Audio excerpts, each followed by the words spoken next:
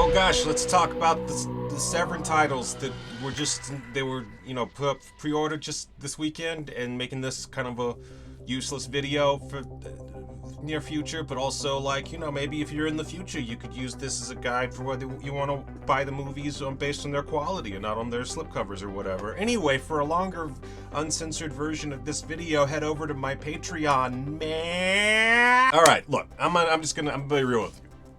Bad Biology is a Frank Henenlotter movie that starts with the line, "I was born with 7 clits." I was born with 7 clits. Well, 7 that I know of. 7 that I can feel and touch. Honestly, if that doesn't sound like a good time to you, then you're probably shit out of luck on this front. But if you hear that and you go, maybe I do need this particular film on 4K UHD, then babe, let me sell you on this sick little ditty. Written and produced by none other than musical prodigy R.A. the Rugged Man, Bad Biology follows a photographer and nymphomaniac with, potentially infinite clits? Did we never really find out? When she's not taking pictures of bums being licked by half-naked models, she's fucking. And then she's taking pictures of the guys that she fucks. Holy shit. And she's getting all that ooey gooey man juice up inside of her, and in turn, having freakish mutant babies in the span of like 2 hours. Meanwhile, Bats is a weirdo whose ginormous cock apparently has a mind of its own, bringing in a bit of a basket case brain damage dynamic into things. Gee, how will these two characters cross over, I wonder? She's either having one big orgasm or hundreds of them all in a row. I can't even fucking tell. Now, there are, of course, there's negatives to be found pretty much any time you have a beloved 80s exploitation director filming a low-budget film in the early aughts. 2008 was a good year for cinema, no doubt. And it resulted in a lot of big franchises being born. But on the seedier side of things, it also saw the final narrative feature from Henenlotter up until 2015's Chasing Banksy, which has yet to get a proper release. He's also since done a few documentaries, including That's Sexploitation and Boiled Angels, The Trial of Mike Diana, which highly recommend that one, by the way. Bad Biology was shot on film, but doesn't get a lot out of that. The grungy lo-fi quality of Frankenhooker and Brain Damage, or the first Basket Case, really, it doesn't show its head here. Instead, it just feels like another cheap film stock from the late 90s, early aughts indie scene. Not that that's a big deal, honestly, but I'm not sure by itself there's much to get out of a 4K presentation. But that said, apparently Henenlotter did do color correction on this version that we're gonna see from Severin. And honestly, their preview looks pretty good, so that's probably not even an issue, really. A little bit, but probably not much of an issue. As a horror sex comedy, however, we get something a bit more interesting. Bad Biology is not a super complicated or deep film, and frankly, the way that Rugged Man writes his female characters can be a bit embarrassing in the wrong light. It was so amazing. I hate small dicks. I'd rather just finger myself. Taken with tongue firmly in cheek, however, there's a perverse hilarity to that dialogue that, if you can tune yourself just right, really works. I pride myself on not needing anyone, and what do? I got weak. I got emotional. And I actually thought that maybe you and I could... When our characters are given stiff, bizarre monologues, that's the shit right there. Give it to me. But the drugs also made my dick grow. Really grow. When our main dude waxes poetic about not being able to jerk off while his cock is getting pounded by industrial equipment, he sounds like Eminem and Stan. It's amazing. I wanted to join the football team, but I didn't want nobody in the locker room to see it. Sent 2 letters back in autumn. Charlie Danielson and Anthony Sneed are good leads, nothing mind-blowing, but I'm a little shocked at their lack of careers since then. I'm assuming they didn't pursue them, because at the very least, we should have seen Charlie in something else by now. I know she's a musician, and I guess she was friends with Rugged Man, maybe? But beyond that, I don't know. There is like a weird interview on the disc, apparently, that might give us some idea, but Anyway, I'm rambling. Bad Biology is a solid little fucked up love story, although frankly, it gets to the goods a little too late in the game. It definitely doesn't have the staying power of most other Henenlotter films, but it's worthwhile. And for me, Severin's release is one where the overall presentation and wealth of bonus materials, I mean, look at that book, makes it a borderline necessity. Still, don't expect Frankenhooker level filmmaking. Do expect incredible levels of bad taste.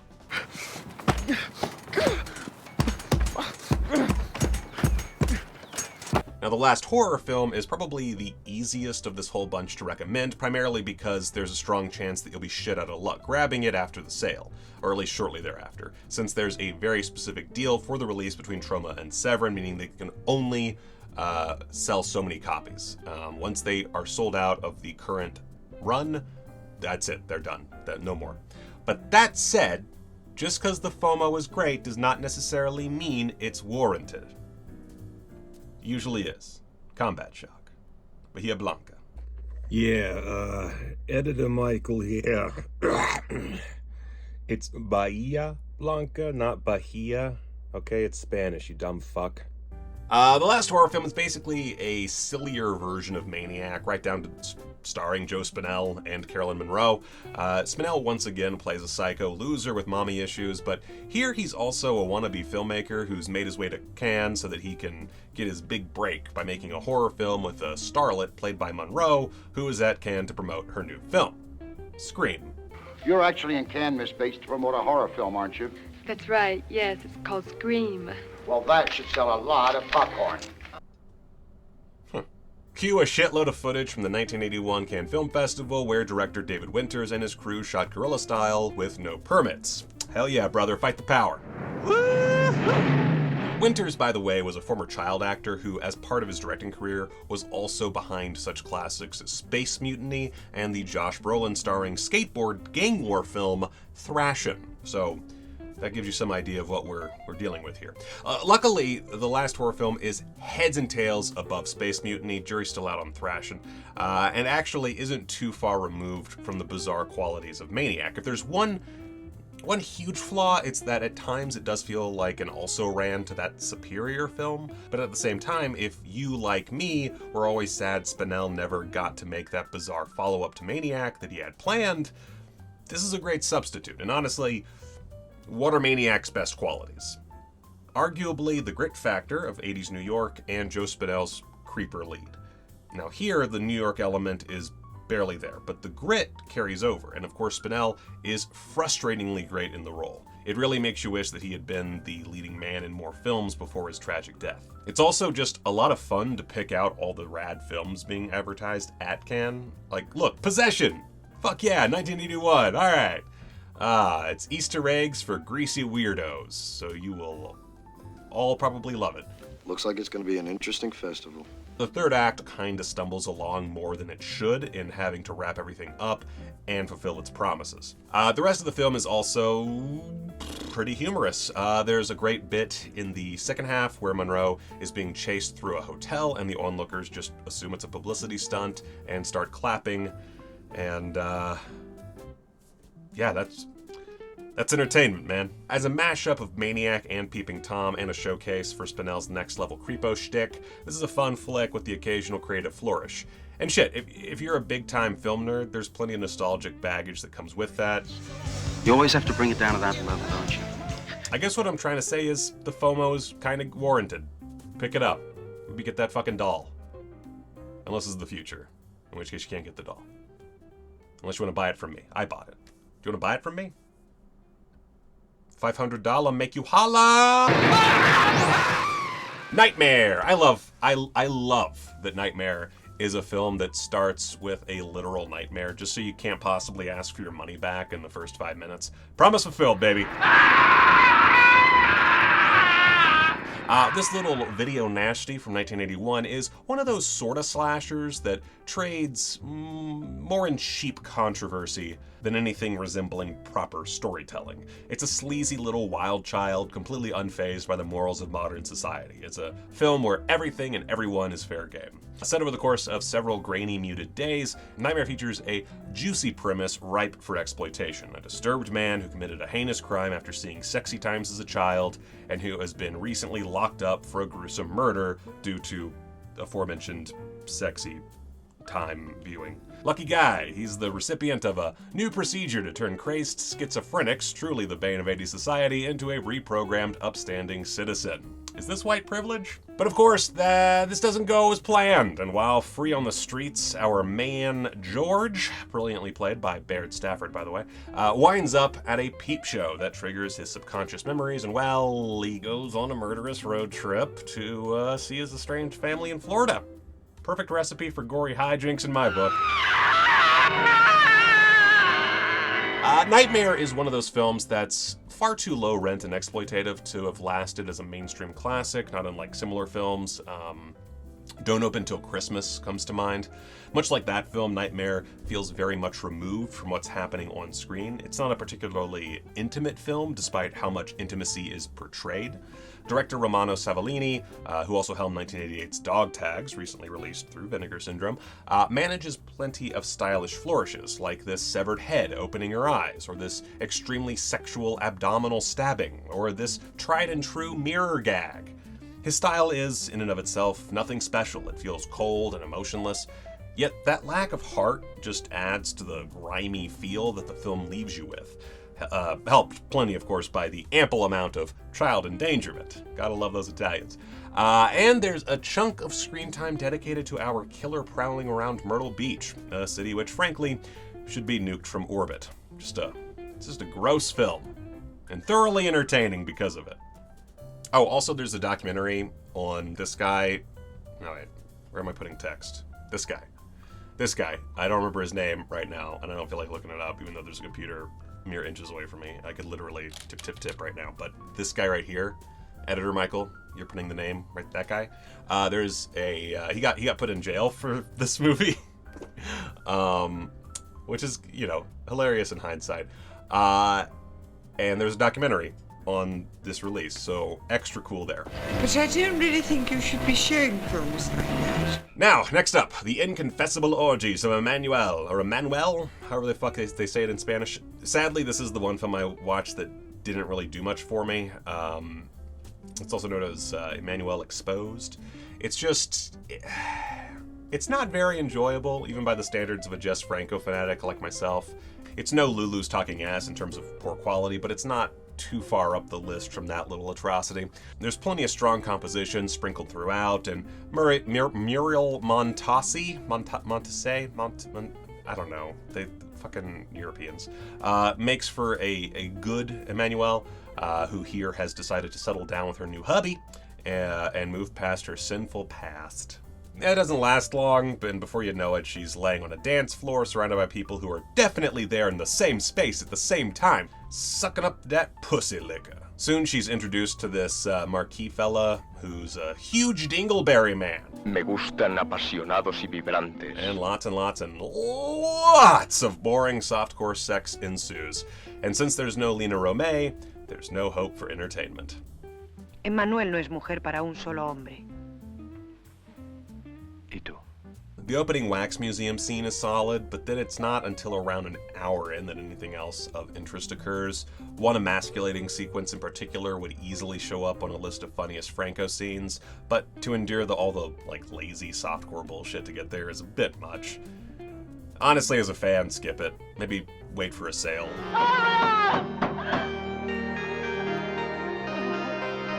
And if you do want to pick up one of the two Francos, I'd go with Sexual Story of O. It's not a top-tier Franco either, but it features a lot of the dreamy qualities that his great upper-tier works also feature. It has an iconic shot of Alicia Principe, whatever, nude reading Norman Mailer's The Naked and the Dead. I don't care who you are. That's cinema.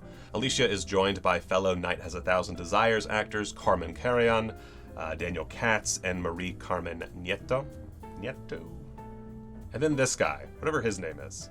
And that all makes a lot of sense. Both were shot in January of 1983, along with a chunk of Un Pito para Tres, aka A Prick for Three. This was also right after the November 1982 production of Lillian, the Virgin Corrupted, and Diamonds of Kilimanjaro. Meaning somewhere along this period he also shot the unreleased film Barrio Chino, translated as Chinatown, which is kinda my white whale. I want to see Jess Franco's Chinatown. Anyway, point is that these cast members are also dispersed among those productions, during which they presumably lost a lot of weight, because holy cow, what a freaking streak. And if you were curious, Inconfessable Orgies, also featuring Carmen Carrion, was shot sometime in spring of '82. Now, it's no surprise then that the sexual story of O feels a bit hollow. It's a quick production exploring storylines and themes that Franco had already plundered many times over by this point in his career. There's even that tried and true classic of emasculation through impotence and a little bit of bashing the rich, those racist fucks, in between scenes of nubile young bodies on full display. It feels like Uncle Jess is on a sort of autopilot, though not in the more depressing sense, like with his hardcore work. You won't see this one very close to ranking in, say, Black Skin, White Thighs. It's a fine film, but one so destitute of self-worth amongst Franco's massive catalog that I found myself yearning for more outlandish pleasure shot the very same month. It's well made, strong class critique for like one scene, some nifty experimental bits and bobs, especially in the final sequence, plenty of flesh on display for all you horn dogs out there. It's enjoyable enough, good even, but kind of non-essential. Pick it up if you have the money. If you want to wait for a half-off sale, I think that's very reasonable. Quizá tengamos gustos anticuados, pero hacer el amor con una negra no podíamos. Alright, as far as Private Crimes goes, I did get a chance to watch the first episode. Beyond that, I've honestly got no idea, but based on mining Letterboxd data, I am willing to assume it's consistent for all 4 parts of this little Sergio Martino, Edwige Fenech miniseries. The version I watched is, I believe, a TV rip, so not the proper 2K scan of original elements that Severin's presenting. And actually, if you put them the two side by side, holy shit, Severin's version looks fucking amazing. So anyway, that said, how is it? Should you buy it? Well, I think from the outset, knowing nothing, it's a Martino-Fenech collaboration. You can't lose. Also, it's pretty cheap and comes with 6 hours of giallo-adjacent Italian TV, so you're getting some bang for your buck. But that said, when I say I watched the first episode,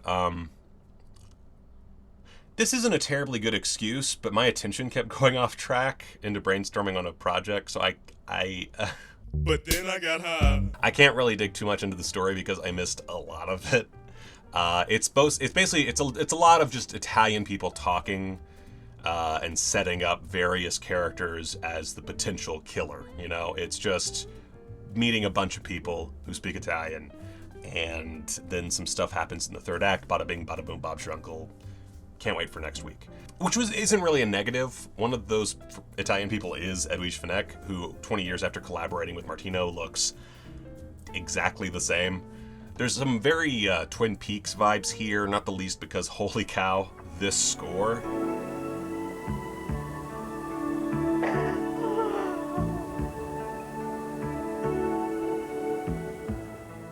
It's like the Jaws 5 slipcover of music. It's not a straight riff, but you can see where that hit show left an impression on the creative process. There's lots of peeps keeping secrets, endangered girls, a little bit of coffee, some red curtains. Also, it's a murder mystery. Now, based on this, coming to the big ending reveal, I was very curious to see where it all went.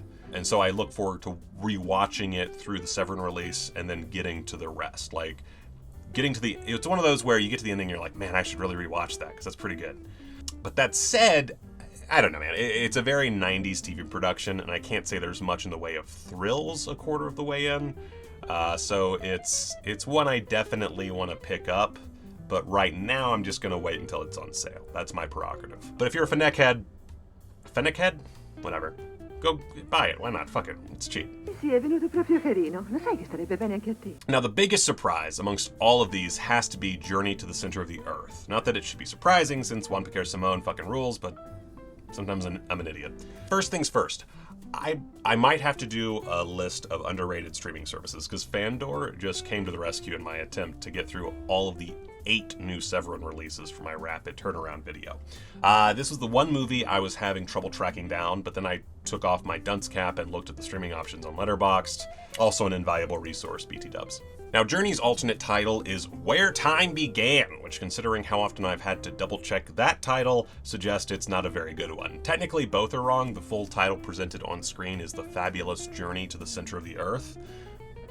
I guess someone was getting paid per syllable that day. My understanding is that this is a much closer adaptation of the Jules Verne novel, which I haven't read it because reading is for losers and cultists. God, I bet Jules Verne fanboys are the worst. I bet it's like Andrew Tate fans. Just like, meh. Just whiners in basements. Jules Verne! Why can't we get a proper adaptation of this classical work of fiction? Now, what was I talking about? So this version, again, apparently really faithful. It's predominantly a fun swipe at Victorian masculinity, which I assume is them taking the piss out of the writing from the original story. I don't know. It's that, or all the affluent dudes are complete dunderfucks by sheer coincidence, which I guess is plausible, but not likely. I know exactly how you feel, my dear boy, but you're perfectly right in forbidding her to come along. After all, what possible use could a woman be on an arduous trip like this? Tickets, please. Give me the tickets, Axel. But I don't have the tickets. You must have them. What? Globin always looks after things like that. Didn't she give them to you? A big negative here is sadly the budget, where something as concentrated as slugs or pieces could easily survive and even thrive on a low budget. Something as grandiose as Journey really needs a bit more pocket change to really work out. It's a fucking cheap movie, holy shit. The most unintentionally hilarious moment is also kind of sad. Nearly an hour after the opening tribute to Méliès, complete with footage from his visually arresting work, we get some of the most low-rent aquatic terror this side of the last shark. Two dinosaurs rise from the water, endangering Globin, and proceed to fight, much to the Barbie doll standing in for Globin's astonishment. At times, the film seems extra self-aware, such as when derpy soldier boy Axel moves closer to the forest of giant mushrooms and proclaims, "They look like wooden mushrooms." Huh, they look like wooden mushrooms.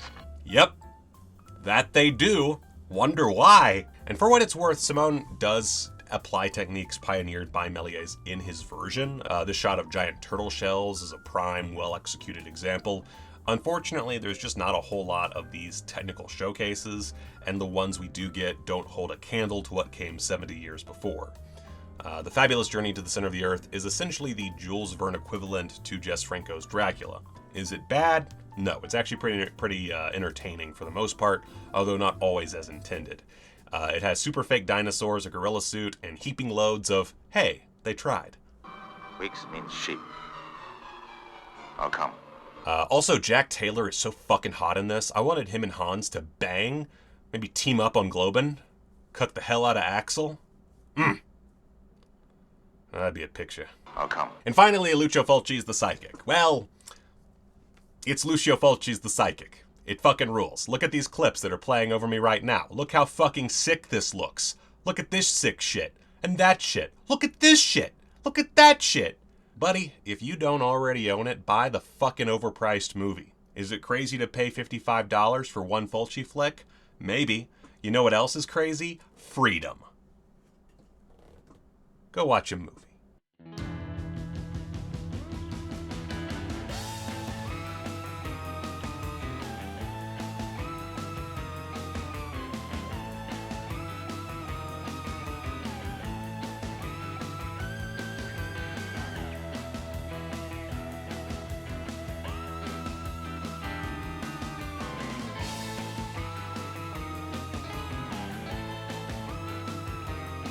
We can't let that get in the way of us. We can't let anything get in the way of us. No problem is too big as long as we have each other. And what we have is something special. Do you think they could tell that I ran out of time on that last one? Nah. Flawless performance.